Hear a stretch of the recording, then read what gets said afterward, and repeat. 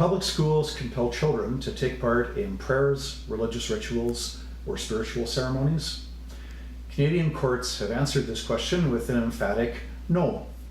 Several decades ago, challenges were brought by Jewish parents, atheist parents, other parents to the common practice of having children recite the Lord's Prayer, the Our Father, in public schools. Public schools offered to exempt children and said, well, if parents are opposed to it, or if a child doesn't want to, we won't make it mandatory. And courts said, no, it's a violation of the religious freedom protected by the Canadian Charter of Rights and Freedoms, which protects not only your freedom to practice your religion, but it also protects your freedom not to have religion imposed on you. And so it's not good enough, said the courts to the public schools, to exempt children from the practice, because the child would be put on the spot and the child is effectively forced to make a declaration about their non-belief or their disagreement with Christianity. Fast forward 30 years, and now the same issues are being played out in Port Alberni, British Columbia, where John Howitt Elementary School forces children to participate in Aboriginal smudging ceremonies.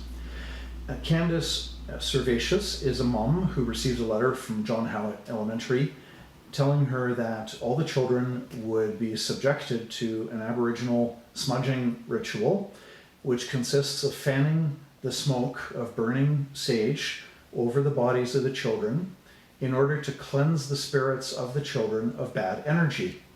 The school also said that everything has a spirit and that bad energy needs to be cleansed out of the furniture and out of the classroom in order for the kids to have a good year. Candace went to the school and was shocked to find that her daughter had already been subjected to this ritual against her will. The daughter felt uncomfortable with it, but the teacher said it would be rude not to participate.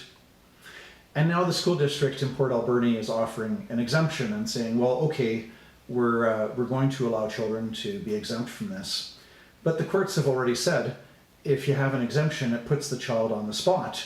And you could see children being asked, why don't you like Aboriginal spirituality? Are you against Aboriginal spirituality? So to exempt some children is not a satisfactory solution. Some members of the media have mischaracterized the case as being an attempt to remove Aboriginal culture from the school curriculum in British Columbia. That's simply not true. If Mrs. Servatius is successful in her court action, what will happen is children will no longer be required to take part in Aboriginal spiritual rituals, but they will still continue to learn about Aboriginal culture and Aboriginal spirituality.